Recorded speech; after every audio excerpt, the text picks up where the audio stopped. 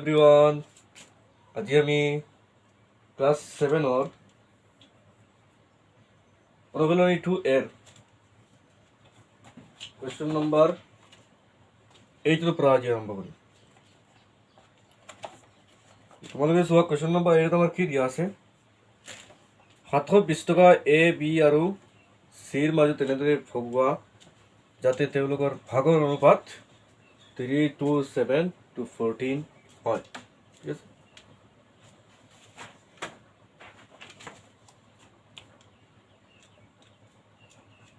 তোমালোকে চোৱা অনুপাতটো কি দিয়া আছিল 3:7 ন, 3:7:14 এই অনুপাত দিয়া হৈছে আৰু তিনিজন ব্যক্তিৰ মাজত বহাই দিব লাগে কিমান টকা 720 টকা। হ'ল মুঠ টকা। মই এটা এক্সাৰসাইজ লিখি দি আছো 2a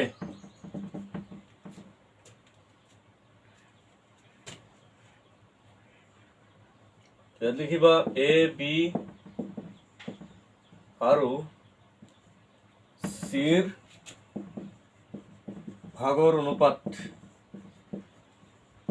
তেওঁলোকৰ যিখিনি টকা পাব লাগে সেইখিনিৰ অনুপাত। এই অনুপাতত টকা সংখ্যা এটা সিহঁতৰ টকাৰ প্ৰকৃত মান নেকি? নহয়, ইয়াত যিটো মান লিখা আছে বা অনুপাত যিটো লিখা আছে আৰু ইয়াত জড়িত সংখ্যা কেইটা সেই টকাখিনি বুজাই আছে। এই টকাখিনিৰ পৰাই অনা হৈছে কেঞ্চেল আউট কৰি পেলাই 90 টকা আকাৰত লিখা হৈছে ইয়াতে। তেতিয়া আমি কি ক'ম যে এ যিমান টকা পাব লাগে সেই টকাটোৱে বুজোৱা সংখ্যাটো 3 হ'ব, বি এ বুজোৱা সংখ্যাটো হ'ব 7 আৰু চি এ বুজোৱা সংখ্যাটো হ'ব 14।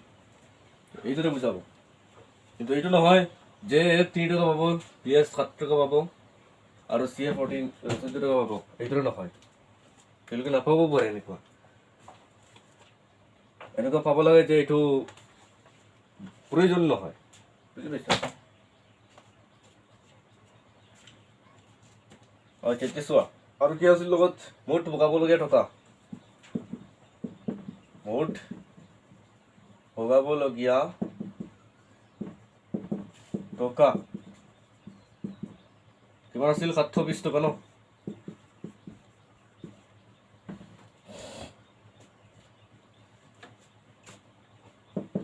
এতেকে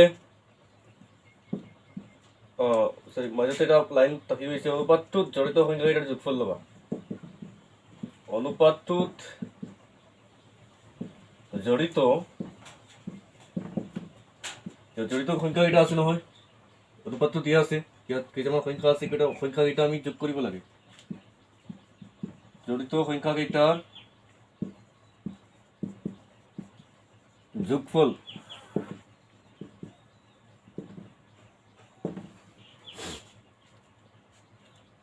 যোগফলটো কি হ'ব 3 + 7 + 14 = কিমান হ'ব ইয়াতে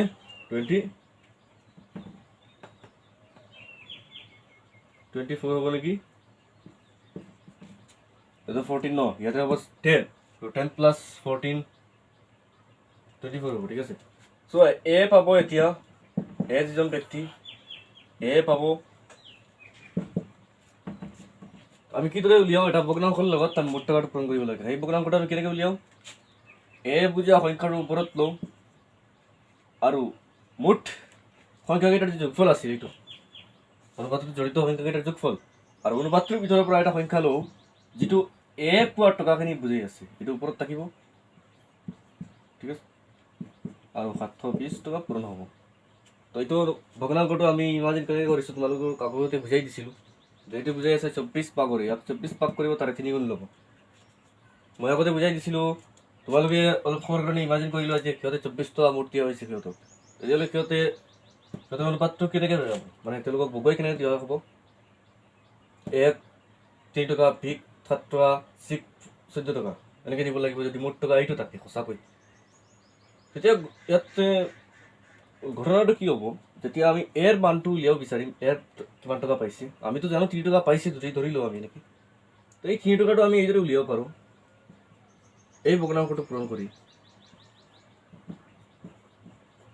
24 কাটি যায়, এই 24টো মুঠ টকাখিনি আৰু ভগ্নাংশটো হ'ল এইটো বুজি পাইছা তো এই ভগ্নাংশটো আমি কেনেকৈ বনাব পাৰোঁ ইহঁতৰ অনুপাতটো লৈ পেলাই ইহঁতৰ টকাৰ অনুপাত আছে নহয় তেওঁলোকক কিমানকৈ টকা দিয়া হৈছে ধৰি লোৱা মুঠ টকা 24 দিয়া হৈছে তেতিয়াহ'লে ইহঁতৰ অনুপাত এইটো নহ'ব নেকি এইটো হ'ব টকা মুঠ এইখিনি দিলেও এইটো অনুপাত আহিব তেওঁলোকৰ অনুপাতটো একেই থাকিব আৰু টকা 24 টকা দিলেও এইটো অনুপাত থাকিব কাৰণ অনুপাত এটা বনোৱাৰ সময়ত কি কৰোঁ কেঞ্চেল আউট কৰি পেলাই ইয়াৰ যিখিনি সাধাৰণ উৎপাদক সেইখিনি আঁতৰাই দিওঁ বুজি পাইছা সেইকাৰণে আমি ইয়াৰ পৰা ইমাজিন কৰিলোঁ যে কোনটো ভগ্নাংশৰ লগত পূৰণ কৰিলে মুঠ টকা আমি পোৱা টকাখিনি পাওঁ তো সেই ভগ্নাংশটোৰ লগত আমি মুঠ টকা যিমান হওক পূৰণ কৰি পেলাই পাই যায়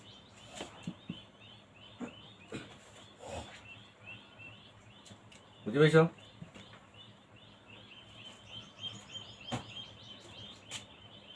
এতিয়া চোৱা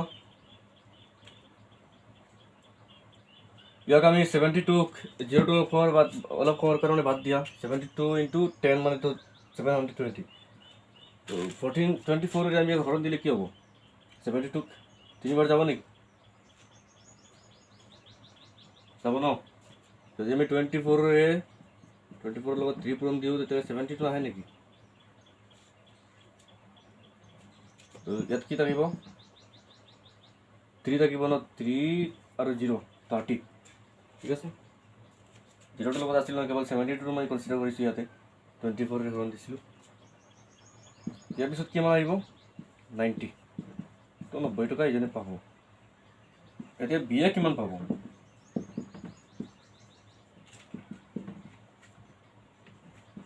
বিয়ে বুজোৱা সংখ্যাটো 7 ইয়াৰ পিছত মুঠ টকা 720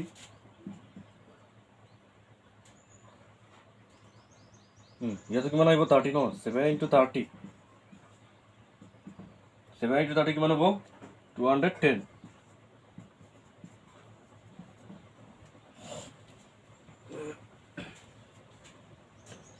ঠিক আছে এতিয়া বাকী আছিল কাৰ চিৰ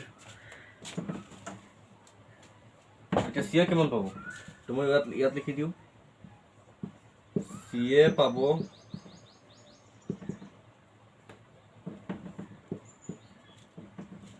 24 তলত থাকিব আৰু চিয়ে পোৱা টকাখিনি বুজোৱা সংখ্যাটো হ'ব 14 ইয়াতে এইটো পূৰণ হ'ব 720 লগত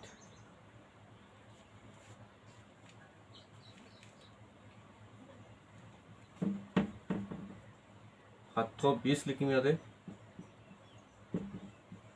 তোমালোকে আশা কৰোঁ দেখা পাই আছা 720 ন তো ইয়াতে থাকিব 30 তো 14 × 30 হ'ব 14 × 30 হ'লে কিমান হ'ব 420 টকা 420 টকা নহয় জানো এতিয়া এইটো এনচাৰ চাই লওঁ মিলিছে নে নাই কুৱেশ্যন নম্বৰ 8 90 200 से 1 मिनट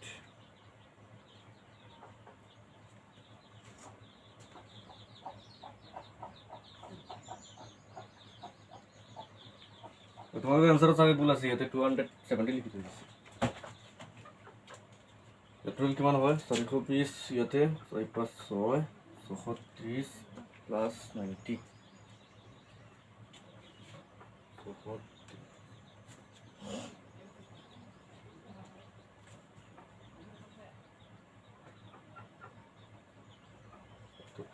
ঠিক আছে এতিয়া চোৱা নেক্সট কুৱেশ্যন নম্বৰ 9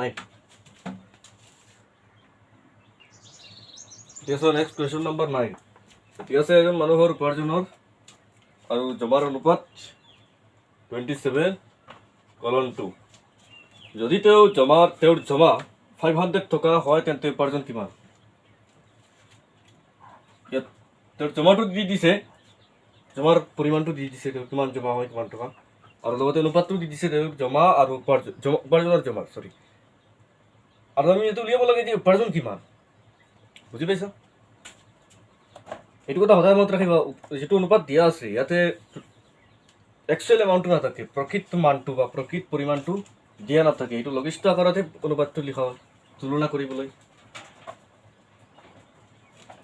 প্ৰকৃত মানটো বেলেগ হ'ব পাৰে বা একে হৈ যাব পাৰে কেতিয়াবা। ইয়াতে লিখিম কি আমি যে মানুহজনৰ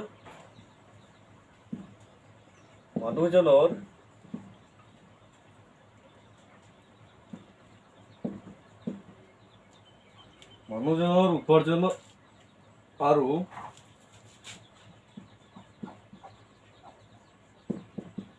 চাবা ইয়াতে ক্ৰমটো উল্টাই নিদিবা, উল্টাই দিলে ভুল হৈ যাব।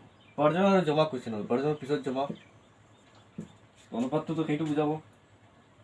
উপাৰ্জন আৰু জমাৰ অনুপাত,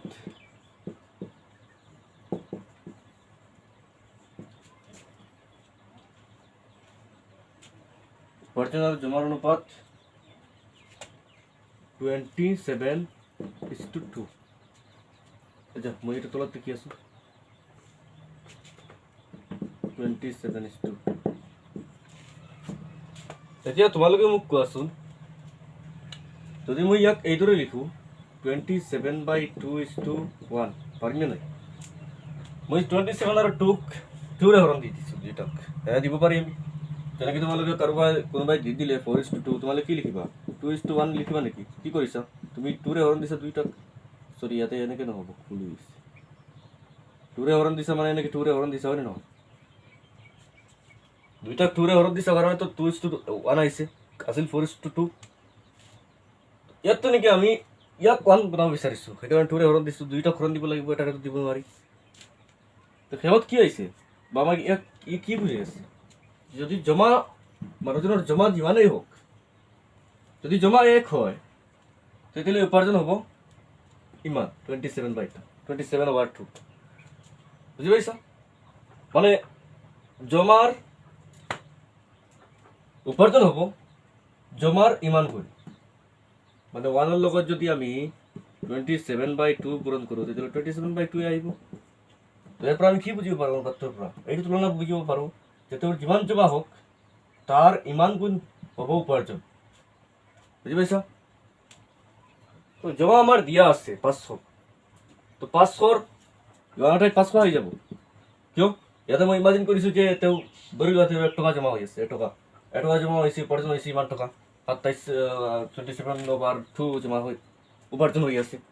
এইদৰে ইমাজিন কৰিব পাৰা অলপ সময়ৰ কাৰণে। তেতিয়া কি হ'ব? জমাৰ 2/27 গুণ, ঠিক আছে? জমাৰ 2/1/27 গুণ হ'ব কি? তেওঁৰ উপাৰ্জনটো। বুজি পাইছে? অনুপাতৰ পৰা এইদৰে বুজিব পাৰোঁ। তেতিয়া কি হ'ব? তেওঁৰ জমাটো আমি জানো, তেওঁৰ মানুহজনৰ জমা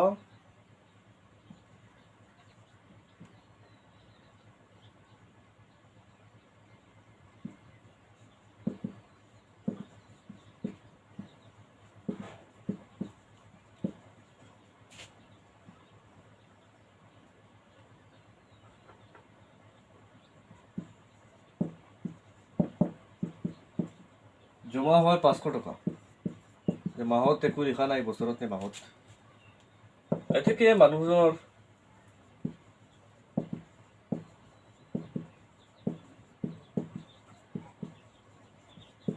উপাৰ্জন হ'ব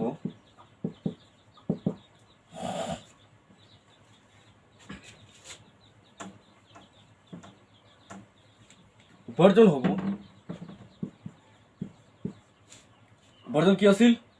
ইয়াত উপাৰ্জনে বুজোৱা সংখ্যাটো এইটো বুজাই আছে নে নহয়? এইটোৰ পৰা আমি এইটো আনিছোঁ অনুপাত। উপাৰ্জনে বুজোৱা সংখ্যাটো 27/2, জমাই বুজোৱা সংখ্যাটো 1। তো কি বুজাইছে? জমা যিমান হ'ব তাৰে ইমান গুণ। তো বুজি পাইছা? কি লিখিম?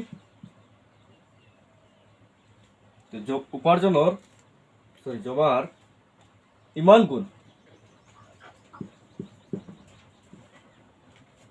এইটো জমা আছিল কিমান? 500 টকা। এই 500 টকাৰ ইমান গুণ হ'ব মানুহজনৰ উপাৰ্জন। 27/2 × 500 বা 500 × 27/2। মানে 500ক 2 ভাগ কৰিব তাৰে 27 ভাগটো ল'ব বুজি পাইছা তেতিয়া চোৱা কি হ'ব 500ক ভাগ কৰিলে 250 হ'ব ইয়াতে 250 পূৰণ কৰিলে কিমান হ'ব ইয়াতে 0টো লেখাত থাকিব 7 into 5 কিমান হ'ব 35 3 14 plus 10 কিমান হ'ব মানে মই এইদৰে পূৰণ কৰি আছোঁ চাইবা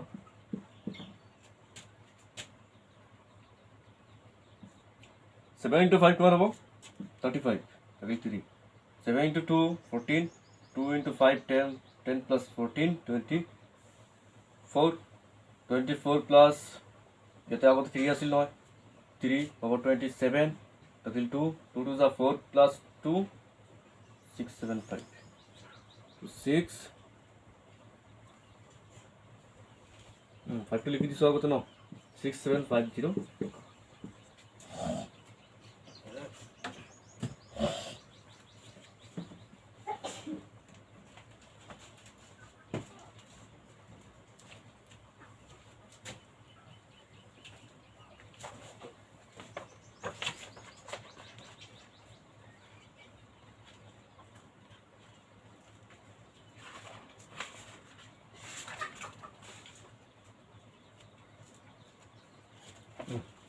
এতিয়া আমি কোয়েশ্চন নম্বৰ 10 টো কৰিম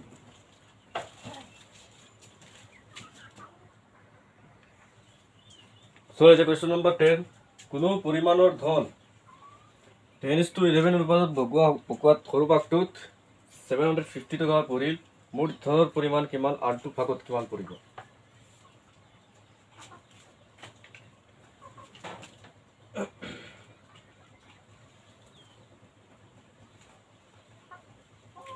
ঠিক আছে কোনো ধৰণৰ পৰিমাণ তো সৰু ভাগ এটা দিছে এটা ডাঙৰ ভাগ দিছে বুজাইছে আৰু চোৱা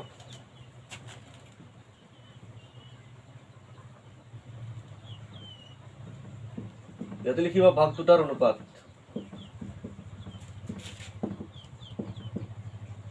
এই ধনৰ পৰিমাণ যিকোনো ধৰণৰ পৰিমাণে হওক মুঠতে দিয়া নাই তো সেইটোৰ পৰা ভাগ কৰা হৈছে ভাগৰ অনুপাতটো কৈছে 10:11 এইটো ভাগত বগোৱা হৈছে এই মুঠ ধনখিনি বগোৱা হৈছে তো ভাগ দুটা আহিব নহয় তিনিটাটো নাহে তো সেই ভাগ দুটাৰ অনুপাতটো থাকিব এতিয়া চোৱা যদি ভাগত যিমানকেই পৰক যদি এটা ভাগত কম পৰে তেতিয়াহ'লে অনুপাতটোত সংখ্যাটো সৰু হ'ব এইটো কথা মনত ৰাখিবা কথা যেনেকৈ ধৰি লোৱা কোনোবাই 2 টকা পাইছে আনজনে 4 টকা পাইছে তেতিয়া তেওঁ কম পাইছে অনুপাতটো লোৱাৰ পিছত কি হয় 1:4 তেতিয়া সংখ্যাটো সৰু হৈ থাকে অনুপাতটোত জড়িত সংখ্যাটো যদিও সংখ্যাটো তেওঁৰ প্ৰকৃত মান নহ'ব পাৰে টকাৰ প্ৰকৃত মান নহ'ব পাৰে কিন্তু সংখ্যাটো সৰু থাকিব যদি ইয়াৰ প্ৰকৃত মানটো সৰু হৈ থাকে বুজি পাইছা এতিয়া সৰু ভাগটো কৈছে 750 টকা সৰু ভাগটো মানে এই ভাগটোত যেটো আছিল 10 যত পৰিছে এটো সৰু নহয় জানো 10 ত 11 তকৈ সৰু 10 টো 750 টকা মুঠ ধনৰ পৰিমাণ কিমান এটা কি লিখিম আমি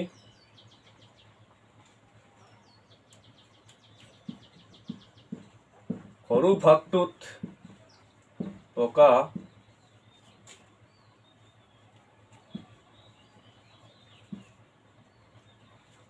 ধনৰ পৰিমাণ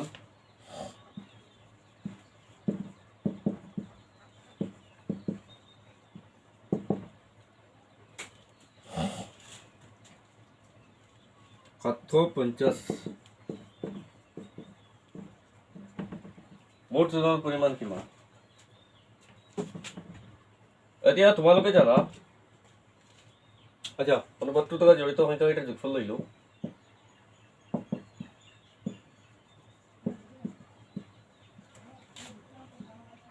অনুপাতটোত জড়িত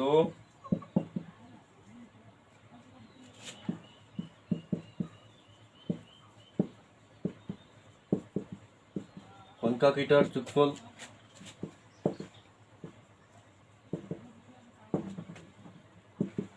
কিমান হ'ব 10 plus 11 21 10 plus 11 21 hence তোমালোকে জানা যে আমি এটা ভাগৰ পৰিমাণ উলিওৱাৰ সময়ত ইয়াত সৰু ভাগ আছে নহয়, আনটো ভাগ আছে, ডাঙৰ ভাগ এটা সৰু ভাগ এটা, দুটা ভাগেই আছে। যিকোনো এটা ভাগৰ আমি প্ৰকৃত মান উলিওৱাৰ সময়ত কি কৰোঁ আমি অনুপাতটোৰ জড়িত সংখ্যাৰ যোগফলটো লৈ পেলাই আমি উলিয়াব পাৰোঁ, হয়নে নহয়? চ' আমি কিদৰে উলিয়াওঁ? 750 টকা আমি এইদৰে লিখিব পাৰোঁ ইয়াক। এই 750 টকাটো উলিয়াই দিছে ইয়াতে, যদি আমি উলিয়াবলৈ যাওঁ আগতে তোমালোকে কৰিছিলা, তেতিয়া আমি কি কৰোঁ? এই ভাগটোৱে বুজোৱা সংখ্যাটো লৈ ইয়াত সৰু ভাগটোৱে বুজোৱা সংখ্যাৰ 10 হ'ব, হয়নে নহয়? এই 750 বুজোৱা সংখ্যাৰ 10 হ'ব, বুজি পাইছা? 750 উলিয়াই দিছে, ইয়াত সৰু ভাগটোৰ টকা ধৰণৰ পৰিমাণ মানে কি? ইয়াত সৰু সংখ্যা যিটো বুজাই আছে সেইটোৱে হ'ব। তো সেই 10টোৰ লগত যদি মুঠ টকা পূৰণ কৰোঁ, মুঠ টকাটো আমাৰ দিয়া নাই, তোমালোকে আগতে কৰিছিলা এনেকৈ ভাগ উলিওৱাৰ সময়ত প্ৰকৃত মান, ভাগ এটাৰ প্ৰকৃত মান মুঠ টকাৰ লগত এই ভগ্নাংশটো পূৰণ কৰিছে। ভগ্নাংশটো ক'ৰ পৰা আহিছিল? অনুপাতটোৰ জড়িত সংখ্যা এটাৰ যোগফল লৈছিলে তলতে, আৰু ওপৰত যিটো ভাগ উলিয়াব বিচাৰিছা সেই ভাগটোৱে বুজোৱা সংখ্যাটো। তো ইয়াত তেনেকৈ আমি কৰিব লাগিব। আচ্ছা, ইয়াত এটা বস্তু চোৱা। আচ্ছা, মই প্ৰথমতে এই লাইনটো এইদৰে লিখি দিওঁ, পিছত বুজাই দিওঁ। 750 টকা আছিল ন? ইয়াত তোমালোকে 21টো দেখা পাইছা হয়নে? ইয়াত 21 কি আছে? 10ৰ লগত 1/21 পূৰণ হৈ আছে, এইদৰে ক'ব পাৰি আমি, বা 21ৰে 10ক হৰণ দিয়া আছে বুজাই আছে ইয়াত। তেতিয়া এই কি বুজাই আছে? 21ৰ গুণাত্মক বিপৰীত, হয়নে নহয়? 1/21 মানে কি? 21ৰ গুণাত্মক বিপৰীত। তো তোমালোকে মনত ৰাখিবা যে সমান চিহ্নৰ এটাই যদি 1/21 থাকে, ইয়াৰ গুণাত্মক বিপৰীতটো তাতকৈ পূৰণ হ'ব। মানে ইয়াত 1/21 আছে, ইয়াৰ গুণাত্মক বিপৰীত 21 আছে, সেইটো কৈ পেলাই ইয়াত পূৰণ হ'ব। যদি তোমালোকে এইটো নুবুজা, মই এইটোতে বুজাই দি দিওঁ যে আমি 21টো আঁতৰাব বিচাৰিছোঁ, ৰাইট? তো আমি কি কৰিব লাগিব? এটা 21 ইফালে হৰণ দিব লাগিব, পূৰণ দিব লাগিব, আৰু এটা 21 ইফালে পূৰণ দিব লাগিব, দুটা 21 লাগিব। সমান চিহ্নৰ দুইফালে এটা তৰ্জুৰ নিচিনা যেতিয়া আমি দুইফালে সমান বস্তু আমি ৰাখিব পাৰোঁ, যেতিয়া সমান বস্তু ৰাখোঁ তেতিয়া তৰ্জুটোৰ কোনো পৰিৱৰ্তন নহয়, বেলেঞ্চড অৱস্থাতেই থাকে। তো সেইকাৰণে কি কৰোঁ আমি? তুলাচনী বা তৰ্জুই হওক, একেই কথা। তুলাচনীত আমি সমান বস্তু দুইফালে আমি লগাব পাৰোঁ, ইয়াত কোনো পৰিৱৰ্তন নহয়। তুলাচনীখন এফালে বহি নাযায় বা ওপৰ ফালে উঠি নাযায়, একো পৰিৱৰ্তন নহয়। তেনেকুৱা আমি পূৰণ হৰণ দিব পাৰি এনেকৈ সংখ্যাৰে, কিন্তু শূন্য সংখ্যা লাগিব। যদি শূন্যৰে পূৰণ দি দিওঁ তেতিয়াহ'লে নাইকিয়া হৈ যাব একেবাৰে। এইবিলাক ক'ত হয়? কেৱল সমীকৰণত, বুজি পাইছা? সমীকৰণে কি বুজায়? এটা তুলাচনীৰ নিচিনা দুটা ফাল বুজায়, বাহুপক্ষ আৰু সুপক্ষ, দুটা পক্ষ বুজায়। আমি ইয়াতে চোৱা, ইয়াতে সমীকৰণ পৰাই দিছোঁ নহয়, সমান চিন আছে মাজত, দুইফালে দুটা পক্ষ আছে, সমীকৰণৰ নিচিনাই আছে, বুজি পাইছা? বা সমতাৰ উক্তি বুলি ক'ব পাৰিবা সমীকৰণ যদি নোপোৱা। ইয়াতে সমীকৰণে বুজাই আছে। আচ্ছা, এতিয়া চোৱা,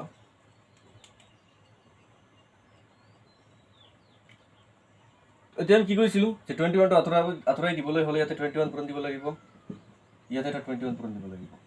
এই 21 দিয়াৰ মাত্ৰ কি হ'ব? এই 21টো কাটি যাব, কিন্তু এইটো কাটাৰ আৰু কোনো নাই, 21 ইয়াতে থাকিবই নেকি? তো সেইকাৰণে আমি কি লিখিম? 21টো পূৰণ দিম, মানে 21টো এইফালে আহি গৈছে, আহি পেলাই পূৰণ হৈ আছে, বুজি পাইছা? ইয়াতে 10ক হৰণ দি আছে, ইয়াতে গৈ পেলাই পূৰণ দি আছে। ইয়াৰ পিছত 10 ইয়াতে পূৰণ হৈ আছে মুঠ টকাৰ লগত, তাত গৈ পেলাই কি হ'ব? পূৰণ হৈ যাব। মানে যদি 10টো আঁতৰাব বিচাৰোঁ তেতিয়াহ'লে আমি 1/10 পূৰণ দিব লাগিব দুইফালে। তেতিয়াহ'লে কি হ'ব? 1/10 পূৰণ দিয়া মানে কি? 10টো তলত আহি যাব, হয়নে নহয়? আৰু ইয়াতে কি হ'ব? 1/10 আৰু 10 কাটি যাব, বুজি পাইছা? ইয়াত আৰু 10 নাথাকে। তো এইটো হ'ব মুঠ টকা। শেষত আমাৰ কি আহিল? ইয়াতে 0 কাটি গ'লে ইয়াত 1 থাকিব কেৱল। তো মুঠ টকা আমি এইদৰে লিখিব পাৰোঁ, হয়নে নহয়? আমি মাত্ৰ কৈছিলোঁ যে মই পিছত বুজাই দিম। চোৱা, মুঠ টকাটো কি বুজাই আছে? বা এইখিনি বুজাই আছে মুঠ টকা, এই মানখিনি। তেতিয়াহ'লে মুঠ টকা আমি ইয়াতে লিখিলে কোনো অসুবিধা নহয়। মুঠ টকাৰ সমান এইখিনি, তো মুঠ টকাৰ সমান এইখিনি আমি এই লাইনত অলপ বেলেগকৈ লিখিলোঁ, কোনো অসুবিধা নহ'ব। 75 × 21, সেই কথা বুজাই আছে, বুজি পাইছা?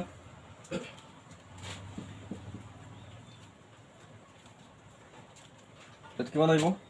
ইয়াতে ইকুৱেল চিন দি দিওঁ আৰু 75 × 21, তো 5 1 5 5 1 5 আৰু 5 2 10 7 1 7 10 plus 7 17 লাগিব 7 7 2 14 plus 1 15 ইমান টকা তো মুঠ টকা ওকে এইখিনি তেওঁ নহয় সৰি এই অনুপাত যিটো পৰিমাণ যিটো আছিল ধনৰ যিটো পৰিমাণ আছিল সেই পৰিমাণটোৰ মুঠ টকা মুঠ পৰিমাণটো ঠিক আছে আনসাৰত মিলিছে মুঠ ধনৰ পৰিমাণ বুজিছে আজি মই নেক্সট কৰিম কি আনটো ভাগত কিমান পৰিব এটা মই ওপৰত লিখি আছো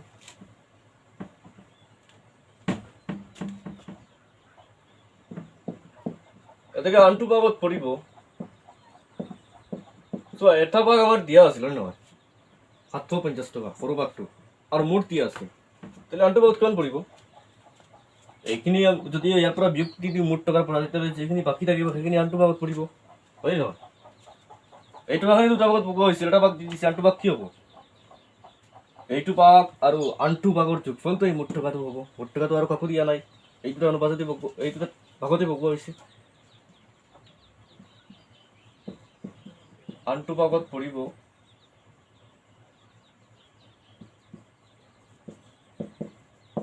কিমান টকা 1575 minus 750 বিয়োগ কৰিলে কিমান হ'ব ইয়াতে ইয়াতে থাকিব 5 ইয়াতে 2 আৰু ইয়াতে থাকিব 825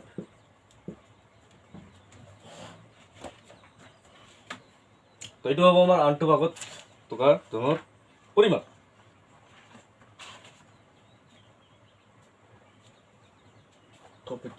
ঠিক আছে তোমালোকৰ আজি মানি থাকক নেক্সট আমি কুৱেশ্যন নম্বৰ 11 আৰু 12 টো কৰিম ঠিক আছে